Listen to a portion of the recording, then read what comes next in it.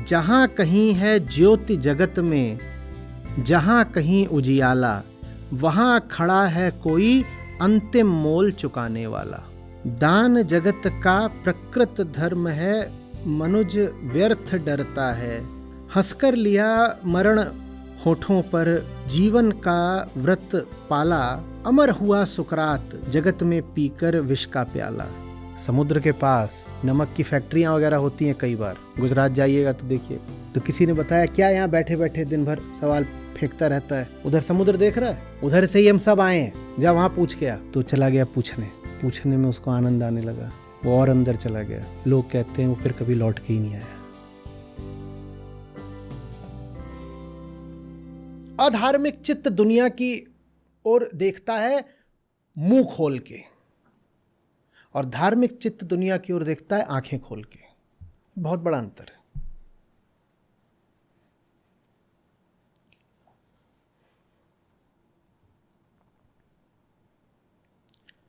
अधार्मिक चित्त दुनिया की ओर हाथ बढ़ाता है लपक लेने को, और धार्मिक चित्त अगर हाथ बढ़ाता है तो उठ जाने को। मेरा हाथ थाम लो, मुझे ऊपर उठा दो।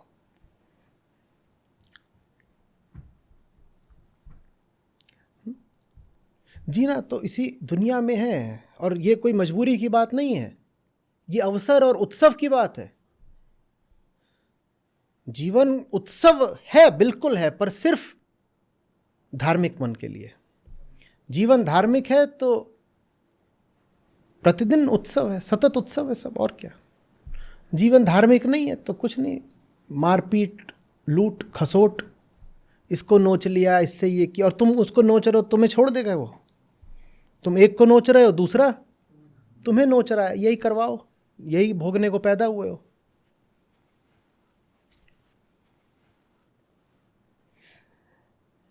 और जैसे जैसे ऊपर उठते जाते हो पाते हो, और न जाने कितने हैं जो तुम्हारे इंतजार में है।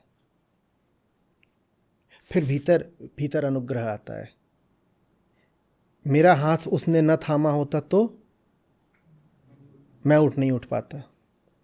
अब मैं कैसे कुछ चुकाऊं, क्योंकि उसको तो मुझसे कुछ चाहिए नहीं। उसको मैं क्या दूंगा, वो तो वहां बैठा है, उसको मैं क्या दूंगा। और मैं देना भी चाहूं तो मुस्कुरा के क्या बोलेगा, तुम ऊपर उठ गए, मेरे लिए इतना काफी है। मैं कैसे चुकाऊं। तो भीतर अनुग्रह उठता है, और वो अनुग्रह अभिव्यक्त कैसे होता है फिर, कि ये जितने नीचे हैं इनको ऊपर उठाऊंगा। समझ में आ रहा है बात। जो ऊपर है उसके प्रति प्रेम, जो नीचे है उसके लिए करुणा। और कोई ऐसा मिल गया जिसके आगे अपनी सब शक्तियां विफल हैं, उसका कुछ कर ही नहीं पा रहे, तो हाथ जोड़ के बस उपेक्षा। वहां भी पहले कोशिश पूरी कर लेनी है, पूरी कोशिश। कि जितना हम में दम था हमने पूरा लगा लिया। अभी भी यही चाहते हैं और आगे भी यही चाहते रहेंगे कि तुम उठो, लेकिन अभी हमारी विवशता है, हम सफल नहीं हो पा रहे तुम्हारे साथ। तो अभी तो हमें जो हमारा सीमित बल है उसे कहीं और ही लगा लेने दो, हम किसी और की सहायता कर लें, वो बेहतर है। ये धार्मिक मन का दुनिया के प्रति रवैया होता है। प्रेम में अनूठा, उसके प्रेम का कोई अंत नहीं, और दूसरा अंत नहीं उसकी जिज्ञासा का। न उसमें आप कभी प्रेम की कमी पाएंगे, न जिज्ञासा की। और कोई मिले आपको जिंदगी में जो लगता हो प्रेमी जैसा, पर जिज्ञासा न रखता हो, तो वो प्रेम नहीं है, कुछ और होगा। है वो परधर्म का ही कोई रूप। वो प्रेम जिसके साथ ज्ञान नहीं है, वो कुछ गड़बड़ी चीज है। इसी तरह से कोई आपको मिले बड़ा खोजी, वो जानने को तो बहुत उत्सुक है, अच्छा ये कैसे चलता है, ये क्या, ये बताओ, यहाँ पे ऐसे, ये एक्सपेरिमेंट करो, वहाँ खुदाई करो, वहाँ से ये पता करके आओ। पर आप पाओ कि उसमें नीचे वाले के प्रति करुणा नहीं है, ऊपर वाले के प्रति आदर नहीं है, तो ये आदमी हिंसक है, ये धार्मिक वगैरह कुछ नहीं है। धर्म वही है जहाँ ये दोनों एक साथ चलते हो। जिज्ञासा और प्रेम। बाहरी दुनिया की बात कर रहे हैं अभी हम। बाहरी की बात ज़्यादा इसलिए करेंगे क्योंकि इंद्रियां सब स्थूल है, बाहर की चीज़ पहले पकड़ पाती हैं, पहचानती हैं। हालांकि ज़्यादा ज़रूरी क्या है, आपका एक अंदरूनी धार्मिक जीवन होता है और एक बाहरी धार्मिक जीवन होता है। इसमें से ज़्यादा ज़रूरी कौन सा है? अंदरूनी, क्योंकि बाहर वाला भी कहाँ से आविर्भूत होता है? भीतर से ही आता है। अगर भीतर वाला गड़बड़ है तो बाहर वाला फिर दिखावा होगा या होगा ही नहीं कुछ। तो ज़्यादा ज़रूरी तो भीतर का प्रज्वलन और प्रकाश है, लेकिन ज़्यादा पकड़ में बाहर वाला आएगा। बाहर लगातार लगातार एक आतुरता हो, और यकीन जानिए आप सब जान जाएंगे, आतुरता आ जाएगी। भोग की लिप्सा थोड़ी सी जरा दबाएं, फिर चेतना का स्वभाव है जानना। आप उसके ऊपर से ये दायित्व हटा दो कि तुझे भोगना है, तो खुद ही जानने को लपलपाती है। फिर कहती है ये बताओ वो बताओ, सब प्रश्न ही प्रश्न होते हैं उसके पास। और प्रश्न उसको पूछने नहीं पड़ते, अपने आप में जानते हो। सबसे बड़ा प्रश्न ध्यान स्वयं है। ध्यान माने एक विराट प्रश्न, विराट प्रश्न।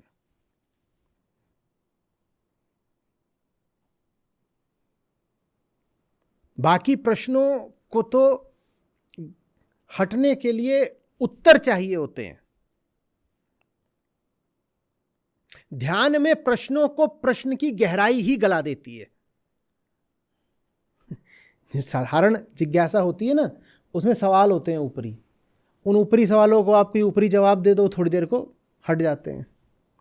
ध्यान का मतलब होता है इतना बड़ा सवाल पूछ दिया और इतना गहरा पूछ दिया, और ध्यान जितना गहरा होता गया सवाल भी,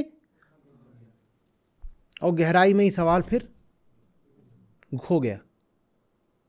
बस ध्यान बचा, सवाल कहाँ गया?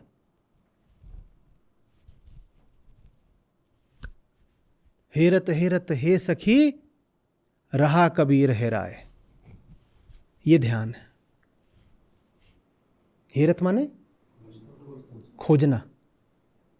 वो सखी कबीर खोजने गया था और खोजते खोजते खुद ही खो गया, ये ध्यान है।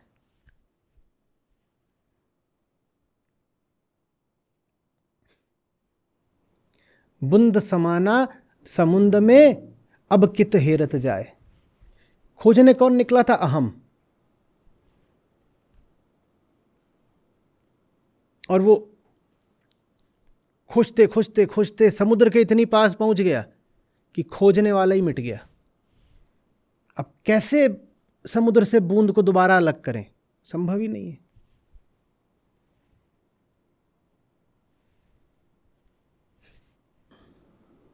ये जो बाहर की जिज्ञासा होती है, ये कोई बाहर भर जानने का नाम नहीं होती।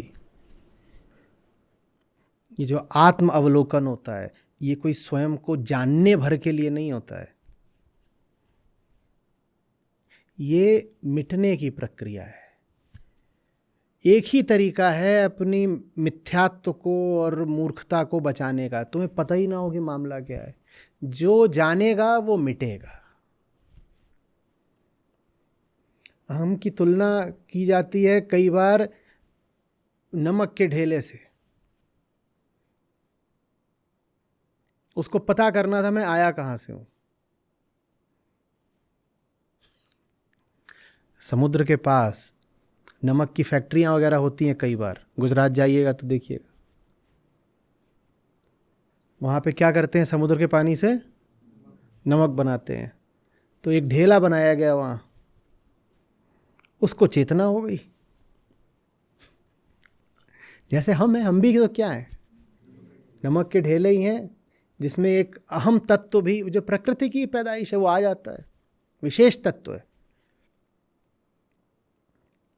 ऐसा तत्व जिसका होना ना होना सदा सर्वोच्च न्यायालय में एक मुकदमे के तौर पे चलता है, फैसला कभी नहीं आता। अहम से पूछो तो कहता है मैं और सारे साक्ष्य क्या बोलते हैं कि ये,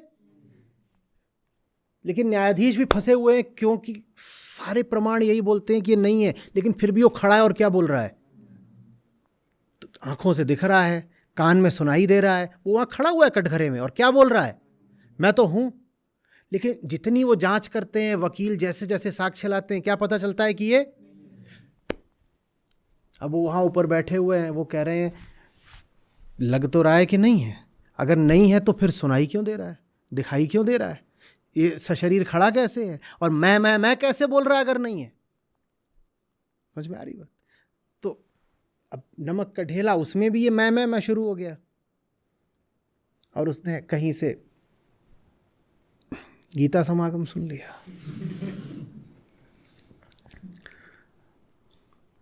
तो बोलता मैं पता करूंगा मैं हूं कौन, मेरा स्रोत क्या, मैं आया कहां से, मेरी मम्मी कौन छे,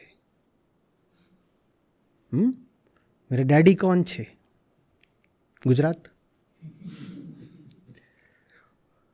तो किसी ने बताया क्या यहाँ बैठे बैठे दिन भर सवाल फेंकता रहता है, उधर समुद्र देख रहा है, उधर से ही हम सब आए हैं, जा वहां पूछ के आ। तो चला गया पूछने में उसको आनंद आने लगा, वो और अंदर चला गया। लोग कहते हैं वो फिर कभी लौट के ही नहीं आया।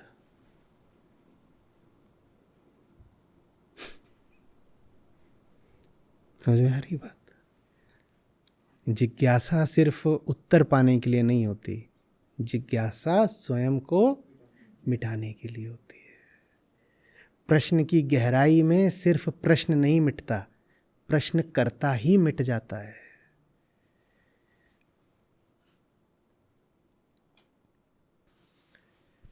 ये धार्मिक चित्त है, ये धार्मिक चित्त है।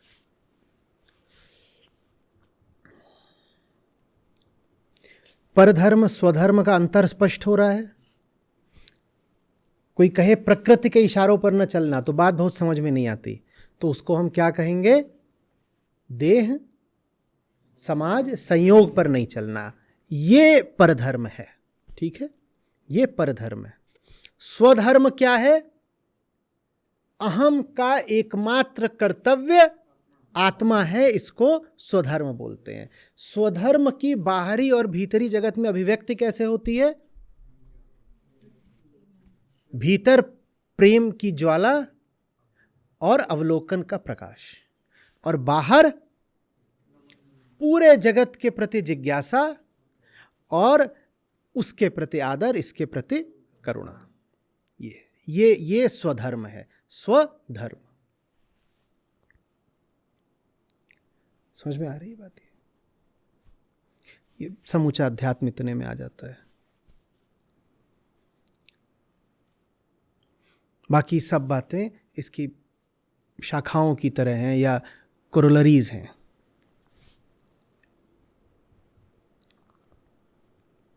स्पष्ट हो रही है बात? ये ठीक है।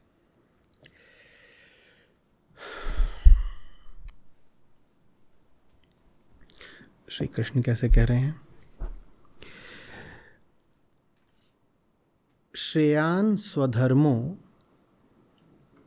विगुणः परधर्मात् स्व अनुष्ठितात्। स्वधर्मे निधनम श्रेयः और परधर्मो भयावह। तो जो अपना धर्म है, उस धर्म को उन्होंने क्या कहा, विगुण धर्म। विगुण धर्म माने जिसका गुणों से कोई लेना देना नहीं। गुणों से लेना देना नहीं माने किससे लेना देना नहीं, प्रकृति से लेना देना नहीं। इसका आमतौर पे अनुवाद ऐसे कर दिया जाता है कि अपने धर्म में अगर कोई गुण ना भी हो तो भी उसका पालन करो। वो गुण से आशय ले लेते हैं श्रेष्ठता। इसका आप कहीं भी अनुवाद पढ़ेंगे तो वहाँ ऐसे बता देंगे कि जो दूसरे का धर्म है वो भले ही बहुत सुंदर तरीके से उसका अनुष्ठान हो रहा हो तो भी उसका पालन मत करना। जो दूसरे का धर्म है वो सुअनुष्ठित हो, तो भी उसका पालन मत करना, और जो अपना धर्म है वो भले ही विगुण हो तो भी उसका पालन करना। वो भले ही विगुण कहने में आशय ये रहता है कि विगुण माने गुण रहित, गुण रहित माने जैसे कहते हैं ना कि इसमें कोई गुण ही नहीं है। वो ये समझ ही नहीं रहे कि हाँ श्री कृष्ण की बात हो रही है भाई। जब श्री कृष्ण गुण कहें तो उसका आशय आम जमीन की भाषा वाले गुण से नहीं है। जब श्री कृष्ण गुण कहें तो उससे मतलब है प्रकृति। और श्री कृष्ण जब कह रहे हैं कि तुम्हें विगुण धर्म का पालन करना है तो उससे आशय है तुम्हें प्रकृति धर्म का पालन नहीं करना है। समझ में आ रही बात है? नहीं तो जो इसका जो दूसरी पंक्ति है वो तो फिर भी ठीक है, लोग उसको समझ लेते हैं। पहली पंक्ति में बड़े विकार डाल दिए जाते हैं, उनसे बचिएगा। पहली पंक्ति का आमतौर पे जो अर्थ है वो मेरी दृष्टि में ठीक नहीं है। अब मैं विनम्रता के साथ ऐसा नहीं कह सकता हूँ कि मेरी दृष्टि में जो पहली पंक्ति का अर्थ है वो वेदांत सम्मत नहीं है। कृष्ण वैसी बात नहीं बोलेंगे। लगातार कृष्ण गुण शब्द का प्रयोग करते ही आ रहे हैं ना। अर्जुन को क्या बोला था उन्होंने? सिर्फ एक शब्द में, बोलो। हाँ बोलो। हाँ, तो जब अर्जुन को बोल रहे हैं कि तीनों गुणों से हट जाओ, निस्त्रैगुण्यो भव अर्जुन, तो ये बोल रहे हैं कि अर्जुन दुर्गुणी हो जाओ। वहां गुण से क्या आशय है श्री कृष्ण की भाषा में? प्रकृति से हटना ना, प्रकृति से हटना। तो यहां भी जब विगुण लिखा है तो उसका आशय ये थोड़ी है कि भले ही तुम्हारे धर्म में कोई गुण ना हो फिर भी अपने धर्म का पालन करना। लोग ये अर्थ लगा रहे नहीं। यहां पर श्री कृष्ण स्वधर्म की परिभाषा ही बता रहे हैं कि उसमें गुण नहीं होते। जहां गुण है वहां स्वधर्म नहीं हो सकता। तो गुण वाले धर्म का पालन मत करना माने प्रकृति धर्म का, माने पर धर्म का पालन मत करना। ये स्पष्ट हो रही बात। तो बाकी तो स्वधर्मे निधनम श्रेय, बहुत प्यारी बात है ये।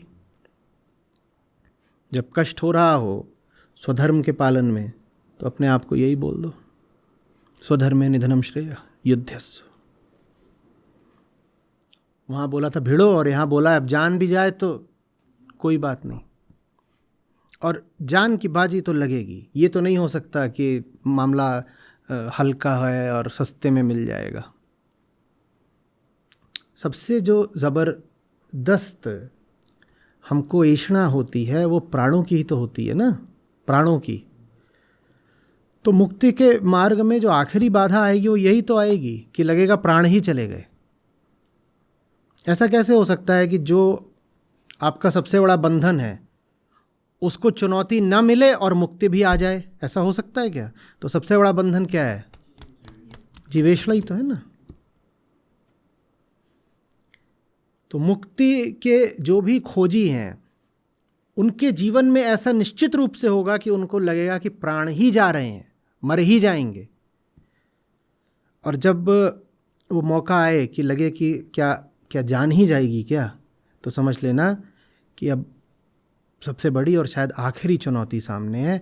अब यहाँ नहीं हार माननी है, नहीं तो बड़ा अफसोस रह जाएगा आगे के लिए। So near, it's so far. पाते पाते रह गए। दाम काफी चुकाया पर वस्तु जब बहुत निकट थी ठीक तभी टांगे कांप गई, घुटने टेक दिए। रामधारी सिंह दिनकर की पंक्तियां हैं, अब वैसे याद रहती हैं, अभी नहीं याद आएंगी। तो कहते हैं कि कर्ण कह रहे हैं कि और सब मूल्य तो सब देते रहते हैं पर अंतिम मूल्य न दिया प्राणों का तो बाकी मूल्य देना क्या। करो आएगा, अभी तो मैं कुछ ऊपर नीचे उद्धृत कर रहा हूँ। बहुत सुंदर पंक्तियाँ हैं। वो कहते हैं जीवन में जो इच्छित वस्तु होती है उसके मूल्य तो सभी चुकाते हैं, पर जो उच्चतम वस्तु है उसका मूल्य भी तो उच्चतम ही होगा ना भाई। तो प्राणों का मूल्य अगर नहीं दे रहे हो तो बाकी तुमने जो भी मूल्य दिए वो बेकार गए और व्यर्थ गए। वो मूल्य तुमने दे भी दिया और कुछ पाओगे भी नहीं। तो जीवन में एक तो मौका ऐसा आएगा, सबके आएगा, जब ऐसा ही लगेगा जैसे मृत्यु ही होने वाली है। उस समय पर अगर आपके कदम उखड़ गए तो फिर खत्म। आ रही बात समझ में? नहीं मिल रहा?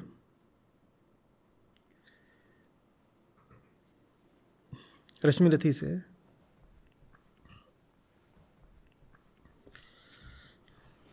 हाँ, प्रण करना है सहज, कठिन है लेकिन उसे निभाना। प्रण करना है सहज, कठिन है लेकिन उसे निभाना। सबसे बड़ी जांच है व्रत का अंतिम मोल चुकाना। सबसे बड़ी जांच है व्रत का अंतिम मोल चुकाना। अंतिम मूल्य न दिया अगर तो और मूल्य देना क्या। करने लगे मोह प्राणों का तो फिर प्रण लेना क्या। वही अंतिम मूल्य है। व्रत करना, प्रण करना ये तो आसान है, दिक्कत सारी तब आती है जब दाम देने पड़ते हैं। मीठे लागे दाम, दाम नहीं देना चाहते। आगे सुनिएगा, आनंद बिल्कुल। सस्ती कीमत पर बिकती रहती जब तक कुर्बानी। सस्ती कीमत पर बिकती रहती जब तक कुर्बानी, तब तक सभी बने रह सकते हैं त्यागी बलिदानी। जब तक मामला सस्ता रहता है तब तक सभी क्या बने रह जाते हैं, अजी ये भी त्यागी हैं, ये भी बलिदानी हैं। पर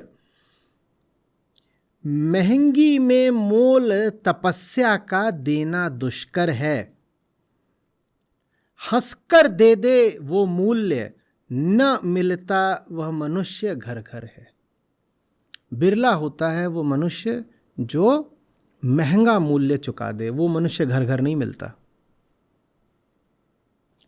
बहुत आगे भी बहुत सुंदर है, आगे आप पढ़ेंगे अच्छा लगेगा, सुनिएगा।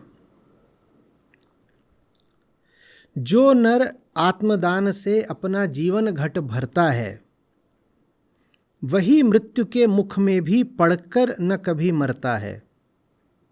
अब आगे की जो पंक्तियां हैं बहुत बहुत सुंदर हैं।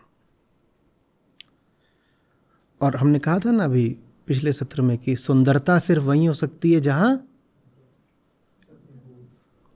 सुंदरता सिर्फ कहां हो सकती है, जहां अहंकार ना हो। यही परिभाषा ली थी ना अभी लाओ त्सु के साथ। तो यहाँ आत्मदान की बात करी ना, आत्मदान माने आत्मा का दान, किसका दान, अहंकार का दान। तो अब उससे सुंदरता आ गई यहाँ पे, सुनो। जहाँ कहीं है ज्योति जगत में, जहाँ कहीं उजियाला, वहाँ खड़ा है कोई अंतिम मोल चुकाने वाला। दुनिया में जहाँ कहीं भी सुंदरता देखना, ज्योति प्रकाश देखना, उजियाला देखना, पक्का जान लेना वहाँ कोई खड़ा है जिसने वो अंतिम मूल्य चुकाया था, नहीं तो सौंदर्य नहीं आ सकता। अंतिम मूल्य का क्या मतलब होता है, स्वत्व का ही दान, अहम, अपने आत्मदान, अहम ही अपने आप को चुका दे। सुन अंतिम ललकार मोल मांगते हुए जीवन की, सरमद ने हंसकर उतार दी त्वचा समूचे तन की। हंसकर लिया मरण होठों पर, जीवन का व्रत पाला, अमर हुआ सुकरात जगत में पीकर विष का प्याला। मरकर भी मंसूर नियति की सह पाया न ठिठोली, उत्तर में 100 बार चीख कर बोटी बोटी बोली। दान जगत का प्रकृत धर्म है, मनुज व्यर्थ डरता है। एक रोज तो हमें स्वयं सब कुछ देना पड़ता है, बचते वही समय पर जो सर्वस्व दान करते हैं। ऋत का जिनको ज्ञान नहीं, वे देकर भी मरते हैं। ऋत माने लाओ त्सु का ताओ, ब्रह्म, जो जीवन का नियम नहीं जानते, देते तो वो भी हैं। वो कैसे देते हैं, एक दिन मौत हो जाती है, शरीर चला जाता है, लेकिन जो समय पर, माने अवसर रहते, माने जीवन रहते ही दान कर दें अहम का, वो फिर अमर हो जाते हैं। बचा के भी कुछ मिलना नहीं है, मौत आकर के ले तो जाती ही है शरीर को, लेकिन अमर वो हो जाते हैं जो शरीर के रहते अपने सर्वस्व का त्याग कर देते हैं, दान कर देते हैं, या ये कह दो कीमत अदा कर देते हैं, मूल्य चुका देते हैं। श्री कृष्ण यहाँ कह रहे हैं सु अनुष्ठितात।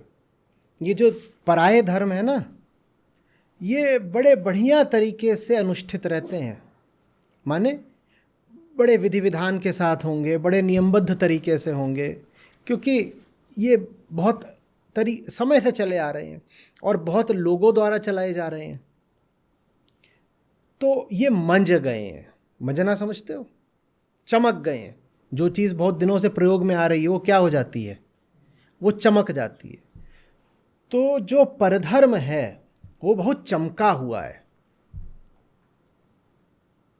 और चमकी हुई चीज़, घिसी हुई चीज़, मंजी हुई चीज़, उसकी चकाचौंध होती है, वो आकर्षक लगती है। तो इसलिए कृष्ण पहले ही चेतावनी दे रहे हैं, वो कह रहे हैं उधर जो है, जो पराये धर्म का अनुष्ठान चल रहा है, वो आकर्षक तो हमेशा लगेगा, पर उसमें फंसना नहीं। वो आकर्षक सिर्फ इसलिए है क्योंकि बहुत लोगों द्वारा और बहुत समय से उसको मांझ दिया गया है, पॉलिश कर दिया गया है, पर उसकी जो बाहरी चकाचौंध है उससे उसका भीतरी खोखलापन सिद्ध नहीं हो जाता, दब नहीं जाता। कोई केतली हो सकती है खोखली, अब यही है, इसको बाहर से खूब मांझ दो तो ये कैसा हो जाएगा, चमक जाएगा, भीतर तो लेकिन खोखला ही है, कुछ नहीं इसमें। तो जो परधर्म है वो चमकता खूब है, और जो स्वधर्म है वो मूल्य मांगता है। तो जीव प्राकृतिक तौर पे किधर को खींचेगा, परधर्म को। तो इसलिए इतनी सख्त चेतावनी देनी पड़ रही है कि मर जाना, परधर्म का पालन मत करना। और परधर्म में आप फंस सकते हैं, क्योंकि पर माने पता नहीं चलता पर माने क्या। वैसे तो बहुत स्पष्ट है, प्रकृति ही पराई है और आत्मा अपनी है, इतने से ही स्पष्ट होना चाहिए, पर इतने से स्पष्ट नहीं होता। इसीलिए आज मैं 8वीं 10वीं बार दोहरा रहा हूँ, पर धर्म का अर्थ हुआ शरीर धर्म, समाज धर्म, संयोग धर्म, इनमें नहीं फंसना है। स्वधर्म का क्या मतलब हुआ, आत्मा, आत्मा प्रकृति में फंसने को पैदा नहीं हुआ। आत्मा मेरा अभिप्राय है, आत्मा मेरा प्रयोजन है, आत्मा मेरा जीवन है, आत्मा मेरा प्रेम है। और आत्मा के प्रति ही जो मेरा प्रेम है वो जगत के प्रति मेरी करुणा में अभिव्यक्त होता है। स्पष्ट है, कुछ फंस रहा है? इस स्वधर्म को और अगर समझना हो, जैसे हमने परधर्म को हमने 3 नाम दिए, क्या, शरीर, समाज, संयोग। वैसे ही लिख लीजिए, स्वधर्म को भी 2 नाम दे दीजिए, प्रेम धर्म, ज्ञान धर्म। प्रेम धर्म और ज्ञान धर्म। वो परंपरा बताएं, आप प्रेम बताइएगा। वो देह बताए, आप ज्ञान बताइएगा। परधर्म के नीचे 3 चीजें लिखती हैं ना, वैसे ही स्वधर्म के नीचे ये 2 चीजें लिख दीजिएगा, प्रेम और ज्ञान। तो स्वधर्म माने प्रेम धर्म और स्वधर्म माने ज्ञान धर्म।